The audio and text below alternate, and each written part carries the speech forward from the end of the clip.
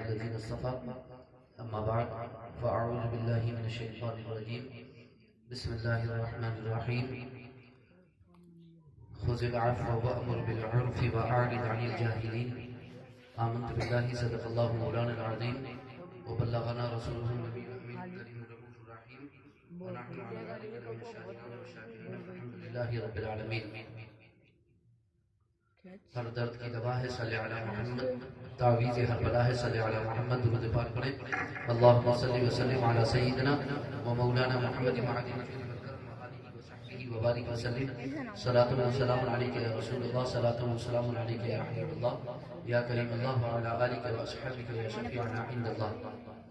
اللہ رب العزت کی بارگاہ میں ہم دعا کرتے ہیں پروردگار عالم ہماری اس محفل کو قبول فرمائے، ہماری شرکت اور حاضری کو قبول فرمائے، اور اللہ رب العزت ہماری اور ہمارے والدین، ہمارے اعزاء اقارب دوست احباب رشتہ دار تمام مؤمنین و مؤمنات کی اللہ رب العزت مغفرت کاملہ فرمائے.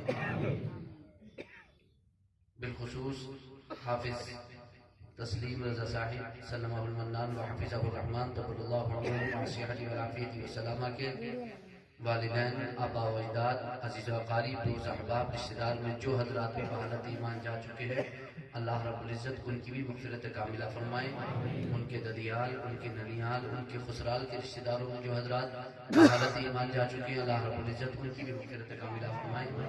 اس محفل میں موجود، اس بستی میں موجود، آس پاس کی بستیوں میں موجود تمام اہل ایمان کے جو بھی اہل ایمان اس دنیا سے جا چکے ہیں اللہ سب کی مغفرت کاملہ فرمائے، اور اللہ رب العزت ہمیں بھی نیکیوں کی توفیق عطا فرمائے، تیاری آخرت کی توفیق رفیق عطا فرمائے. ایک مرتبہ درود پاک پڑھیں. اللہم صلی وسلم علی سیدنا و مولانا محمد کرم و آلہ و صحبہ وبارک وسلم. صلاۃ و سلام علیک یا رسول اللہ. میرے عزیز القدر محترم و مکرم ذوالمجد والکرم میرے پیارے ساتھی حضرت علامہ مولانا مفتی محمد وسیم رضا صاحب سلمہ المنان و حفظہ الرحمن طول اللہ عمرہ مع صحت و عافیت و سلامہ نے جو کچھ کہا میں ان کے کلمات کو اپنے لیے دعا سمجھ کر کے قبول کرتا ہوں. اللہ رب العزت ان کے کلمات کو دعا کے طور پر میرے حق میں قبول فرمائے، اور اللہ رب العزت ہم سب کے حق میں قبول فرمائے. اور جو کلمات انہوں نے ادا کیے ہیں اللہ رب العزت مجھے اور ہم سب کو اس کے قابل، اس کے لائق بنائے. اور اللہ رب العزت کی بارگاہ میں یہ بھی دعا کرتا ہوں کہ اللہ رب العزت خود انہیں ان کے کلمات کا مصداق بنائے، اور اللہ رب العزت اس دولت سے انہیں، مجھے اور ہم سب اہل ایمان کو اللہ رب العزت مالا مال فرمائے.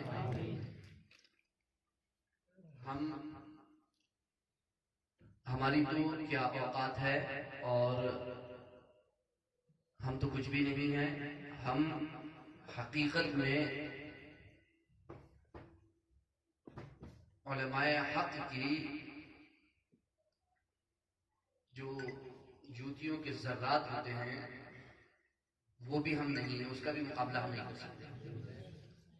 امام اہل سنت مجددین ملت الشاہ امام احمد رضا خان فاضل بریلوی علیہ الرحمۃ والرضوان اپنی فتاوی رضویہ شریف میں فرماتے ہیں کہ ہم مفتی نہیں بلکہ ناقد ہیں. حضرت فاضل بریلوی علیہ الرحمۃ اپنے لیے کیا ارشاد فرماتے ہیں؟ میں مفتی نہیں بلکہ ناقد ہوں، مفتیان اکرام علماء اکرام کے اقوال و فتاوی کو نقل کرتا ہوں. تو پھر ہماری تو کوئی گنتی نہیں، پھر ہماری تو کوئی گنتی نہیں. بس چونکہ ہم ان علماء کی بارگاہوں کے خادم ہیں اللہ رب العزت ان کے خادموں میں قبول فرمائے، ان کے خادموں میں قبول فرمائے. اصحاب کہف کی بارگاہ میں ایک کتا بھی ساتھ رہا تو جنتی ہو گیا، تو ہم بھی ان کی بارگاہوں میں رہ کر کے انشاءاللہ العزیز مفتی نہ صحیح، عالم نہ صحیح، قاضی نہ صحیح، لیکن کم سے کم خادم تو بن سکتے ہیں. اللہ رب العزت ہمیں مزید خدمتوں کی توفیق رفیق عطا فرمائے اور دارین کی سعادت و برکتوں سے مالا مال فرمائے. ویسے انہوں نے ماشاءاللہ یہ اتنا کرم کیا کہ مفتی اعظم ضلع رامپور نہیں کہا، مفتی ضلع رامپور کہا. میں حقیقت اپنی بات بتا رہا ہوں کہ میں اس کلمے کو اپنے لیے ہرگز پسند نہیں کرتا، میں نے کئی جگہ سے پوسٹروں سے اس کو ہٹوایا ہے، کئی جگہ سے میں نے اسے ختم کرایا ہے، اور کئی جگہ پر میرے منع کرنے کے باوجود لفظ اعظم کو لگا دیا گیا ہے، حالانکہ میں اسے بالکل بھی قطعاً اس کو اپنے لیے پسند نہیں کرتا، کیونکہ اعاظم اور اکابر تو اس دنیا سے جاتے ہیں، ہم تو اساغر میں بھی نہیں، ہم تو اساغر کے بھی جو ہے وہ خاک پا نہیں ہیں اور ان کی برابری نہیں کر سکتے، اور یہ میرے صرف الفاظ نہیں ہیں، یہ میری حقیقت ہے جسے میرا رب جانتا ہے، اور اس کا حساب کتاب اس میں اگر ذرہ برابر بھی جھوٹ ہوگا تو قیامت میں اس کا حساب کتاب ہوگا میرے اللہ نہ کرے کہ اس میں ایک کلمہ بھی میرا جھوٹ ہو جو قیامت میں میرا حساب کتاب ہو یا میری اس پر معاوضہ یا گرفت یا میری پکڑ ہو۔ اللہ رب العزت اس سے ہمیشہ پاک و صاف رکھے، اور ہمیشہ یاد رکھنا چاہیے کہ علم اور تکبر کا کوئی بھی جوڑ نہیں ہے، اس کا کوئی بھی ساتھی نہیں ہے، جہاں علم ہوگا وہاں تکبر نہیں ہوگا، جہاں تکبر ہوگا وہاں علم کی کوئی گنجائش نہیں ہوگی، یا پھر علم ہوگا تو علم نافع نہیں ہوگا، علم ہوگا تو علم نافع نہیں ہوگا، علم کے ساتھ اس کا نافع ہونا ضروری ہے۔ اللہ کے رسول سرور کونین صلی اللہ علیہ وسلم ہمیشہ دعا فرماتے اللہم انی اسألک علما ینفع وقلبا یخشع ولسانا یذکر ونفسا تشبع۔ اے اللہ میں تجھے سوال کرتا ہوں ایسے علم کا جو نفع دے، ایسے علم کا جو نفع دے، اور ایسے دل کا جس میں خشوع اور خضوع ہو، جس میں تیرا خوف و خشیت، تیرا ڈر، اور ایسی زبان کا سوال کرتا ہوں جو ہمیشہ تیرے ذکر سے معطر رہے، تیرے ذکر سے جو ہے وہ معطر رہے، اور ایسے نفس کا سوال کرتا ہوں جو حلال پر راضی ہو جائے، سیراب ہو جائے، سبحان اللہ، ایسے نفس کا سوال کرتا ہوں جو سیراب ہو جائے۔ وَأَعُوذُ بِكَ مِنْ عِلْمٍ لَا يَنْفَعُ وَمِنْ قَلْبٍ لَا يَخْشَعُ وَمِنْ لِسَانٍ لَا يَذْكُرُ وَمِنْ نَفْسٍ لَا تَشْبَعُ۔ اور میں پناہ چاہتا ہوں تجھ سے ایسے علم سے جو نفع نہیں دیتا، ایسے دل سے جس میں خشوع، خضوع، خوف اور خشیت، اور ایسی زبان سے جو تیرا ذکر نہ کرے، اور ایسے نفس سے جو سیراب نہ ہو۔ اللہ کے رسول سرور کونین صلی اللہ علیہ وسلم یہ دعا ارشاد فرماتے تھے۔ علامہ امام غزالی رحمت اللہ تعالی علیہ نے آداب المعلم والمتعلم کے تحت ان احادیث کریمہ کو بیان کیا، اور یہ بہت قریب ہے تصوف کی دنیا سے۔ سیدنا امام غزالی رحمت اللہ تعالی علیہ کو اگر کوئی پڑھ لے، ان کی احیاء العلوم کو پڑھ لے، تو حقیقت بتا رہا ہوں کہ اس کی زندگی اس کے لیے بظاہر جو ہے وہ دشوار ہو جائے، جو پچھلی زندگی اس نے گزاری ہے وہ یہ سوچے گا کہ شاید حقیقت میں نے اسلام کو سمجھا ہی نہیں ہے، اور اسلام کو آج تک میں نے صحیح طور پر قبول کر کے اس پر عمل نہیں کیا کہ نہیں۔ ایسی کتاب ہے سیدنا امام غزالی رحمۃ اللہ تعالی علیہ کی۔ تو ہمیں چاہیے کہ ہم علماء کے قریب جائیں، ان کی کتابوں کے قریب جائیں اور ان کو سمجھیں۔ اللہ رب العزت انہیں بھی مالا مال فرمائے، اور مجھے بھی اور ہم سب کو بھی علم نافع، عمل صالح، رزق حسن، ایمان کامل کی دولت سے مالا مال فرمائے۔ ہمارا یہاں بیٹھنا، ہمارا یہ اجتماع، ہماری یہ محفل، ہم سب کا یہاں جمع ہونا، اللہ رب العزت اس سے باعث خیر و برکت اور صاحب محفل اور ان کے آباء و اجداد کے لیے اللہ رب العزت باعث اجر و ثواب اور ذریعہ نجات ہے اللہ رب العزت، اور ہم سب کے لیے بھی دین و دنیا میں کامیابی کا ذریعہ بنائے۔ میں نے جو آیت کریمہ تلاوت کی، میں چونکہ میرے بعد ابھی ماشاءاللہ ہمارے طاہر رضا صاحب سلمہ المنان وحفظ الرحمن جو بہترین الحمدللہ شاعر ہیں، اللہ نے انہیں بہترین آواز دی ہے، بہترین ان کے پاس کلام ہے، وہ بہترین انداز میں پڑھتے بھی ہیں الحمدللہ، اور میں نے ان کا کلام کئی بار سنا ہے، لیکن ہر بار الحمدللہ ان کی آواز میں، ان کے کلام میں نے بہت اچھائی دیکھی ہے اور سدھار دیکھا ہے الحمدللہ۔ تو وہ انشاءاللہ العزیز تفصیل سے آپ کے سامنے کلام پیش کریں گے، آپ انشاءاللہ ان کے کلام سے محفوظ ہوں گے۔ میں بیچ میں آ گیا ہوں اور یہ میری گستاخی ہے جو میں نے کر دی ہے، کیونکہ مجھے جانا ہے اور صبح پہنچنا ہے، اس لیے میں بیچ میں آ گیا ہوں، اور آپ کے خطیب اہل سنت حضرت قاری غلام نبی صاحب دامت برکاتہ العالیہ طول اللہ عمرہ وعافیت والعافیت وسلامہ، وہ آرام گاہ میں وہ بھی انشاءاللہ العزیز تشریف لائیں گے، ان کا کلام بھی سننا ہے۔ باقی یہاں ائمہ، علماء، حفاظ القرآ، شعراء ماشاءاللہ سبھی موجود ہیں اور آپ سب کی زیارت کر رہے ہیں۔ اللہ رب العزت اس کا اجر عطا فرمائے اور اللہ رب العزت سب کو دین مدین کی خدمت کی توفیق و رفیق عطا فرمائے۔ میں نے جو آیت کریمہ تلاوت کی میں بہت تیزی سے گزر جاؤں گا، تفصیل میں نہیں جاؤں گا، بس صرف آیت کریمہ پر روشنی ڈالوں گا۔ اگرچہ یہ محفل ایصال ثواب کی محفل ہے، مگر میں انشاءاللہ العزیز جس بات پر روشنی ڈالوں گا آپ بہت قریب پہنچ جائیں گے ایصال ثواب کی انشاءاللہ العزیز، اور صحیح صورت سمجھ میں آ جائے گی کہ دراصل ہماری صرف محفل یا ایک گھنٹہ یا آدھا گھنٹہ بیٹھ کر کے ختم قرآن کریم یا تلاوت قرآن کریم کر لینا ہے کہ ہمارے ماں باپ کے لیے جو ہے وہ ایصال ثواب یا ذریعہ نجات نہیں ہے، مغفرت کا سامان نہیں ہے، بلکہ ہم اپنی زندگی کے ہر لمحے کو ان کے لیے مغفرت کا سامان بناتے ہیں۔ ہم اپنی زندگی کے ہر لمحے کو اپنے لیے اور ان کے لیے دنیا اور آخرت میں کامیابی کا ذریعہ اور سامان بنا سکتے ہیں۔ تو میں نے آیت کریمہ کا انتخاب کیا۔ اللہ رب العزت ارشاد فرماتا ہے خذ العفو وأمر بالعرف وأعرض عن الجاہلین۔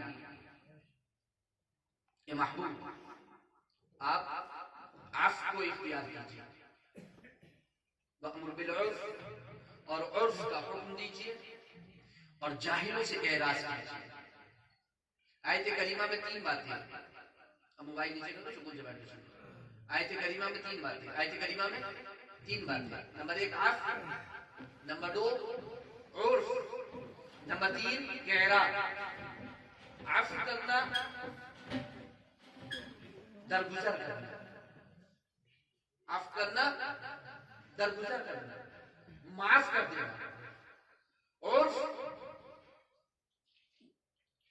عرف معروف، دونوں کے ایک معنی، اور عرف کہتے ہیں ہر وہ کام کہ جس کا بجا لانا ضروری ہے۔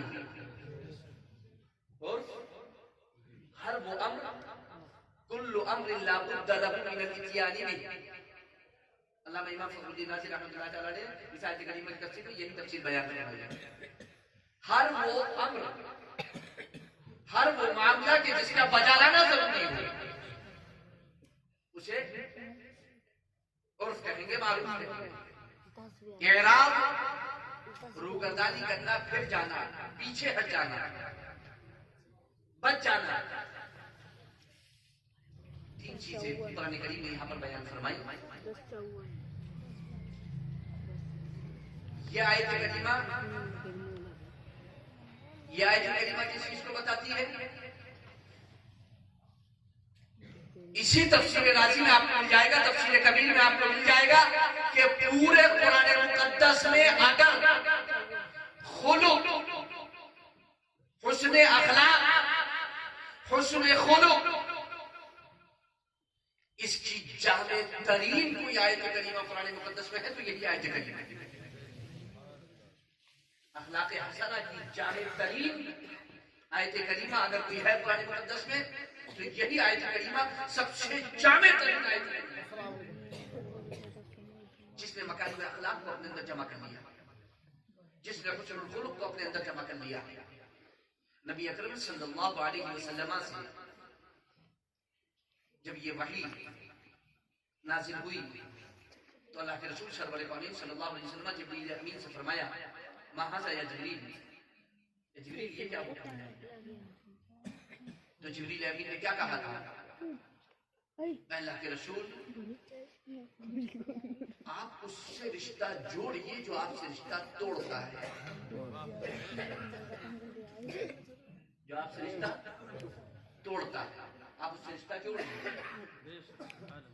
جس کو اللہ کے رسول سرور کونین صلی اللہ علیہ وسلم نے اپنی حدیث پاک میں یوں بیان فرمایا صل من قطعک واعف عمن ظلمک واحسن الی من اساء الیک۔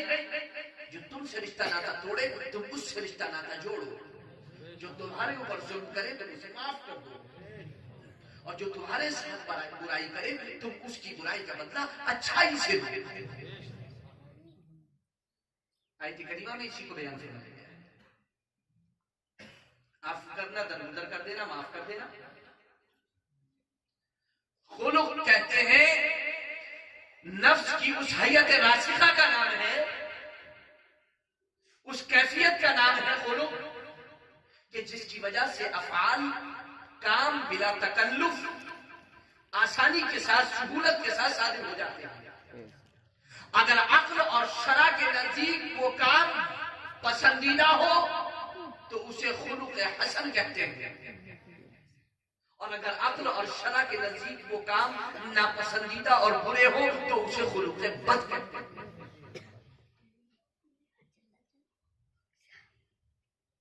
خلق کی 3 قسمیں: خلق حسن، خلق کریم، خلق عظیم. خلق حسن، خلق کریم اور خلق عظیم. خلق کریم کیا ہے؟ خلق حسن کیا ہے؟ اچھائی کا بدلہ اچھائی سے دینا اور برائی کا بدلہ برائی سے دینا. قرآن کریم بیان فرماتا ہے جزاء سیئۃ سیئۃ بمثلها، برائی کا بدلہ اسی جیسی برائی کے ساتھ. فمن اعتدى عليكم فاعتدوا عليه بمثل ما اعتدى عليكم، برائی کا بدلہ اسی جیسی برائی کے ساتھ. خلق حسن، خلق کریم کیا ہے؟ اچھائی کا بدلہ اچھائی سے دینا، برائی کا بدلہ برائی سے نہیں لینا بلکہ معاف کرنا. خلق کریم کیا ہے؟ یہ پہلے والے سے اوپر ہے اپنا. برائی کا بدلہ برائی سے نہ دینا بلکہ معاف کر دینا. قرآن کریم فرماتا ہے وَلَمَنْ صَبَرَ وَغَفَرَ إِنَّ ذَلِكَ لَمِنْ عَزْمِ الْأُمُورِ.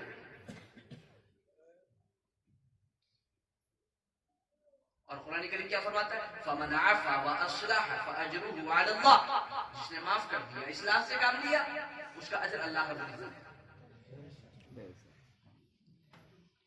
خلق عظیم، اچھائی کا بدلہ اچھائی سے دینا، برائی کا بدلہ برائی سے نہ دے کر کے معاف کر دینا. نمبر 3، معاف کرنے کے بعد الٹا احسان بھی کر دینا. الٹا احسان بھی کر دینا. احسان کیسے کریں گے؟ خلق عظیم کہلاتا ہے، سب سے بلند رتبہ ہے آپ کا. خلق عظیم، خلق عظیم، اچھائی کا بدلہ اچھائی سے دینا، برائی کا بدلہ برائی سے نہ دے کر کے برائی کو معاف کر دینا اور پھر اس پر احسان بھی کرنا.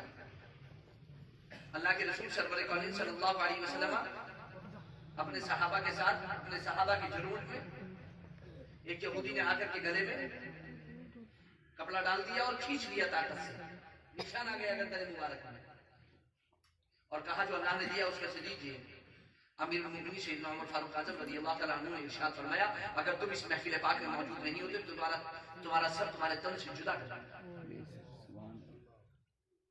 اللہ کے رسول سرور کونین صلی اللہ علیہ وسلم نے ارشاد فرمایا نہیں عمر، آپ کو ایسا ہرگز نہیں کہنا چاہیے بلکہ آپ کو اسے سمجھانا چاہیے تھا کہ یہ مہذب انداز میں اپنی بات ہے. اب اسے دو اور اتنا بڑھا کر کے جو تم نے ایک کلمہ اسے کہہ دیا ہے نا، اس سے اس کو تکلیف ہوئی ہوگی، اب اتنا بڑھا کر کے دے دیا گیا. عرض کرتا ہے اللہ کے رسول مجھے اسلام میں داخل فرما دیجیے. یہ کون سا انداز تھا؟ اللہ کے رسول میں نے صفات تو آپ کی پڑھی تھی مگر ایک صفت یہ پڑھی تھی کہ نبی کبھی برائی کا بدلہ برائی سے نہیں دیتا، اور میں نے اس کو اپنی آنکھ سے دیکھ لیا. سیدنا امام حسن مجتبی رضی اللہ تعالی عنہ وارضاہ عنہ، خادم سے تھوڑی سی چوک ہوئی، تکلیف پہنچی، ٹھیس پہنچی، نگاہ اٹھا کر کے دیکھا، اس نے سوچا تو اب تو معاملہ جو ہے بہت الگ ہو گیا، غصہ ہے. فوراً خادم چونکہ اس ٹائم سبھی قرآن کریم اور احادیث کریمہ پر نظر رکھتے تھے، فوراً اس نے عرض کیا والکاظمین الغیظ، مومن کی شان تو یہ ہے کہ وہ اپنے غصے کو پی جاتے ہیں، وہ اپنے غصے کو پی جاتے ہیں. اتنا قرآن کریم کی آیت کا اتنا ٹکڑا تلاوت کرنا تھا سیدنا امام حسن رضی اللہ عنہ کے سامنے کہ فوراً غصے کو گر گیا، فوراً غصے کو، اس نے سوچا موقع اچھا ہے، غنیمت ہے، اس نے فوراً آیت کریمہ کا اگلا ٹکڑا بھی پڑھ دیا کہ صرف غصے کو پیتے نہیں ہے، والعافین عن الناس، معاف بھی کر دیتے ہیں، معاف بھی کر دیا، جاؤ معاف بھی کیا، فوراً آیت کریمہ کو پورا کر دیا، سوچا کہ ابھی تو مزاج اور اچھا ہو چکا ہے، واللہ یحب المحسنین، اور اللہ تو احسان کرنے والوں کو پسند فرماتا ہے، فرمایا جاؤ تمہیں آزاد بھی کر دیا، فرمایا جاؤ تمہیں آزاد بھی کر دیا، احسان بھی کر دیا، یہی خلق عظیم ہے، والکاظمین الغیظ والعافین عن الناس واللہ یحب المحسنین۔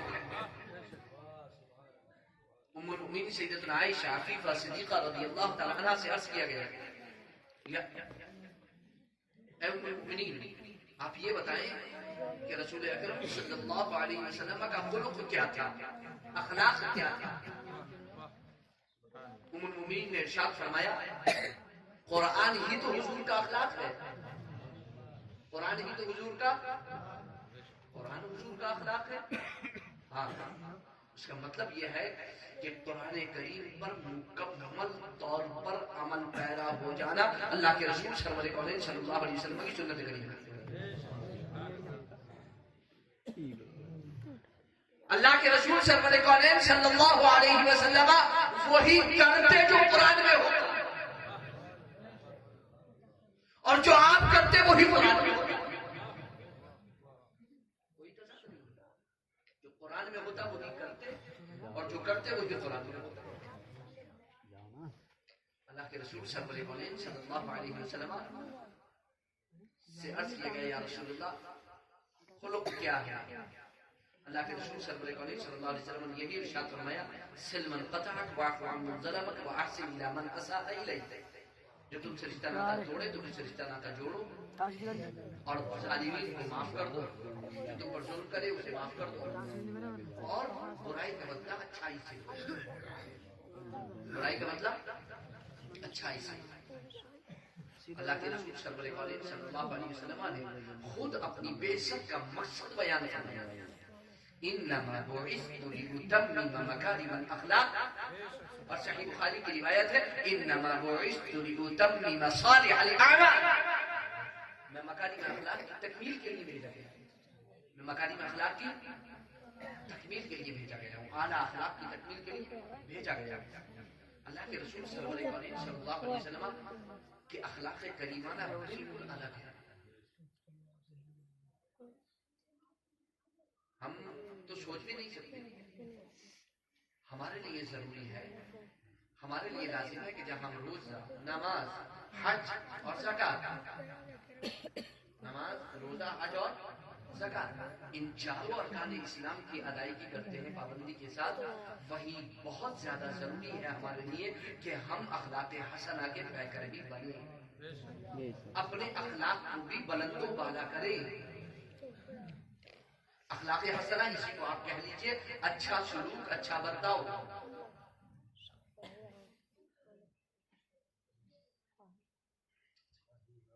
صحت و شفا عطا فرمائے بہترین کے صدقے۔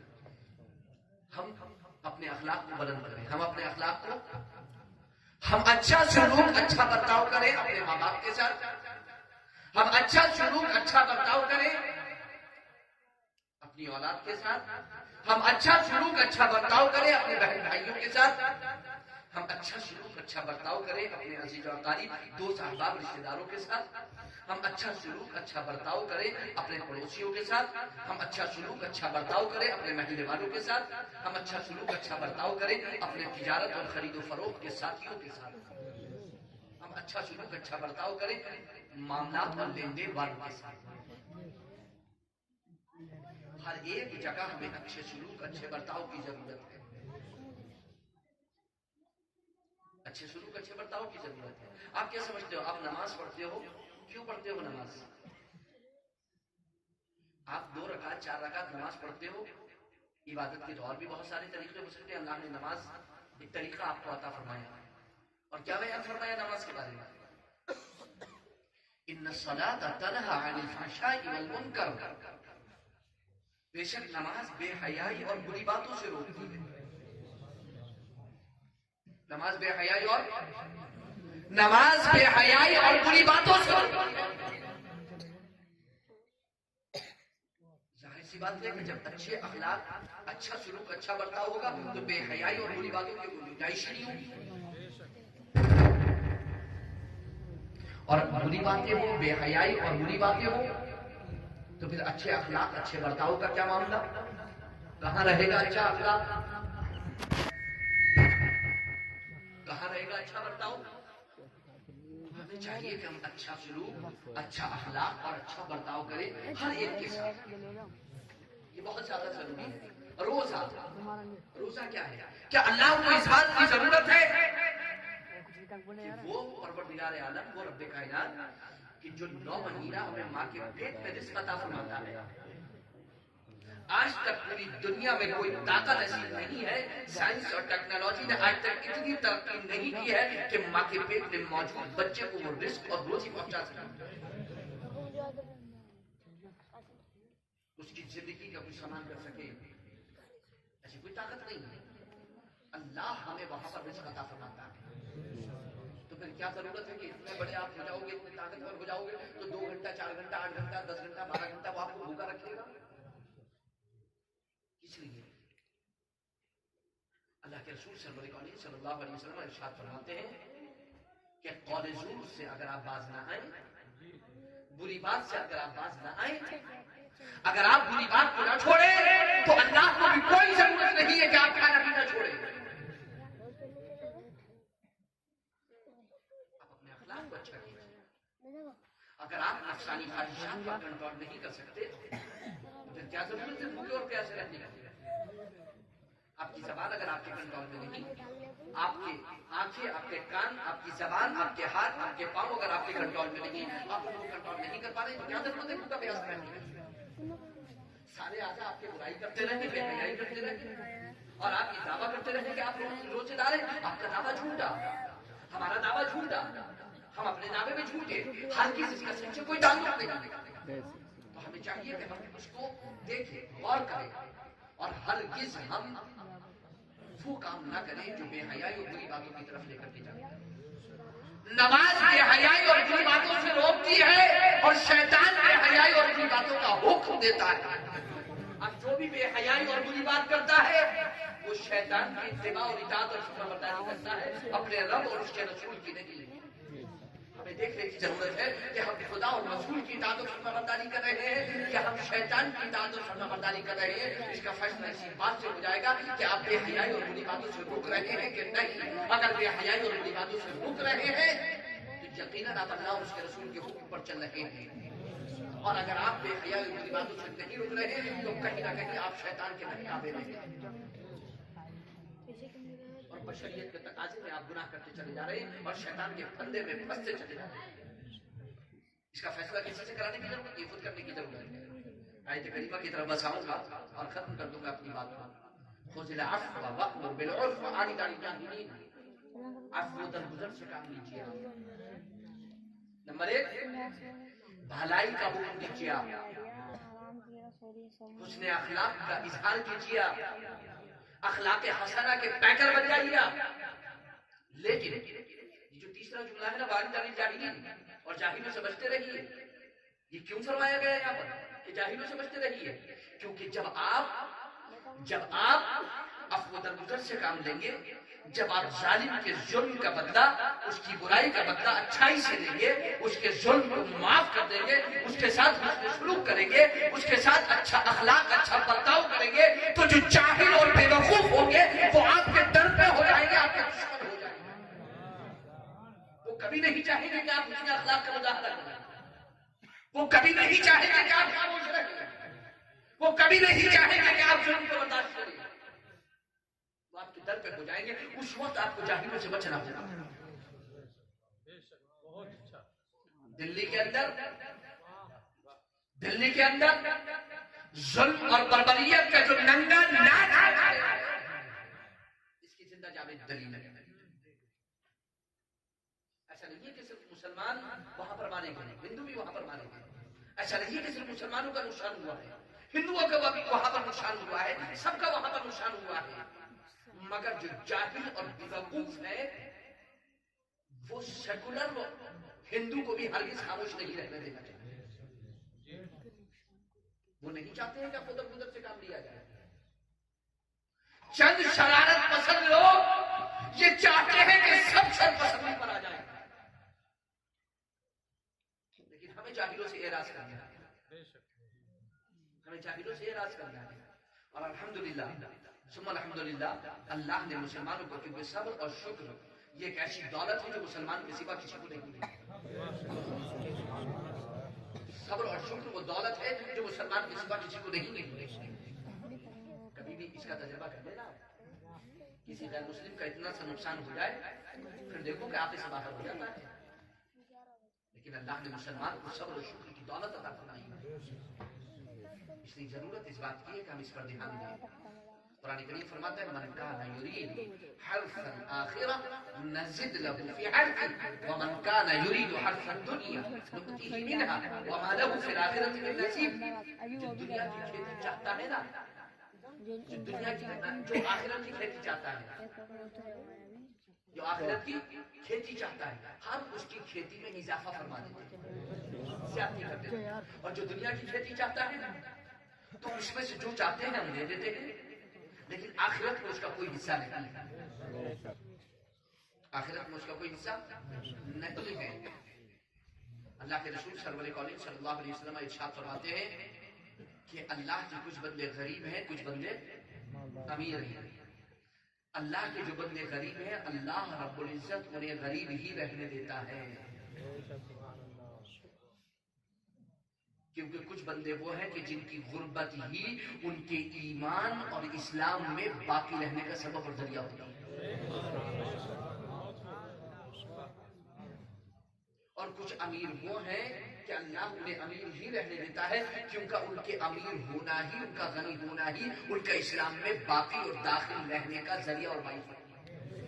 اگر ان سے غربت لے لی جائے تو وہ اسلام سے مٹ جائے، اور ان سے اگر امیری لے لی جائے تو وہ اسلام سے مٹ جائے.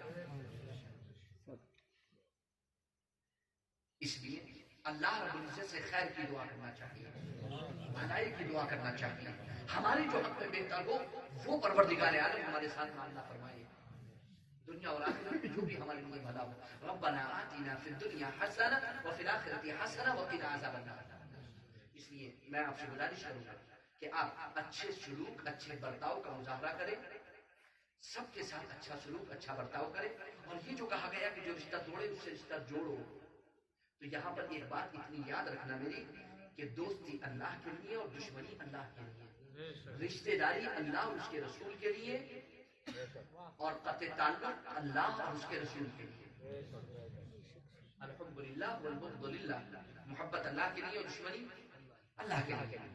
اگر وہ اللہ اور اس کے رسول کا دوست ہے تو ہمارا دوست ہے، اور اگر وہ اللہ اور اس کے رسول کا مخالف ہے تو چاہے ہمارا باپ ہو، چاہے ہماری ماں ہو، چاہے ہمارا بھائی ہو، چاہے ہمارا دوست ہو، ہمارا تاؤ چچا، کوئی بیٹی داماد کوئی بھی ہو، اگر وہ اللہ کے رسول کا مخالف ہے تو ہرگز وہ ہمارا دوست نہیں ہو سکتا. اللہ رب العزت مجھے آپ کو سب کو اس کی توفیق عطا فرمائے، دارین کی سعادت و برکتوں سے مالا مال فرمائے. وائے ناکامی متاع کارواں جاتا رہا، کارواں کے دل سے احساس ضیاء جاتا رہا. راستے کی ٹیپ جو تھی مسلمانوں کے پاس، یہ خنجر آہن نہیں، خنجر اخلاق تھا، اخلاق کا خنجر تھا جس سے اسلام یہاں تک پہنچا ہے. آپ اسی خنجر کو تیز کیجئے اور حسن اخلاق کا مظاہرہ کیجئے، اور جہاں تک ممکن ہو سکے اپنے اچھے اخلاق، اپنے اچھے برتاؤ سے اسلام کو پھیلانے کی کوشش کیجئے. اپنوں کو اپنا کرنے کی کوشش کیجئے، غیروں کو اپنے اخلاق سے نرم کرنے کی کوشش کیجئے. اللہ رب العزت مجھے بھی آپ کو سب کو توفیق عطا فرمائے، دارین کی سعادت و برکتوں سے مالا مال فرمائے. آمین ثم آمین. استغفر اللہ ربی من کل ذنب واتوب الیہ وآخر دعوانا الحمدللہ رب العالمین. السلام علیکم ورحمۃ اللہ وبرکاتہ. آپ میں سے کوئی بھی مسافر کے لیے نہ اٹھے، آپ سکون سے اطمینان سے بیٹھے اور اٹھ کر کبھی کوئی نہ جائے. انشاءاللہ العزیز ابھی بہترین نعتیہ کلام آپ یہاں پر سنیں گے، بہترین خطاب سنیں گے، اور اس جلسے کو رونق کو برقرار رکھیں. میں سمجھتا ہوں روزانہ تو یہاں پہ جلسہ ہو نہیں رہا ہے، آج کا دن ہے، بیٹھ لیجیے، پھر کبھی مہینے بعد، دن بعد، 15 دن بعد ہوگا. تو جب اللہ توفیق عطا فرمائے تو جتنا وقت بھی آپ اللہ اور اس کے رسول کی بارگاہ میں اس کے ذکر کے لیے دے سکتے ہیں تو دے دیجئے، اللہ رب العزت ممکن ہے کہ اللہ رب العزت اسی کے صدقے میں ہمیں دنیا اور آخرت کو سنوارے اور اللہ رب العزت اسی کو ذریعہ بنا دے. اس لیے اطمینان سے بیٹھے، سکون سے بیٹھے، کوئی بھگدڑ، کوئی اٹھک بیٹھک ہرگز نہ کرے اور ہاتھ ملانے کی کوشش نہ کرے، کیونکہ اس سے محفل خراب ہوگی اور میں یہ نہیں چاہتا کہ میں محفل کے بگاڑ کا سبب یہ ذریعہ بنوں. اللہ رب العزت میری بھی حفاظت فرمائے، آپ کی بھی حفاظت فرمائے. السلام علیکم.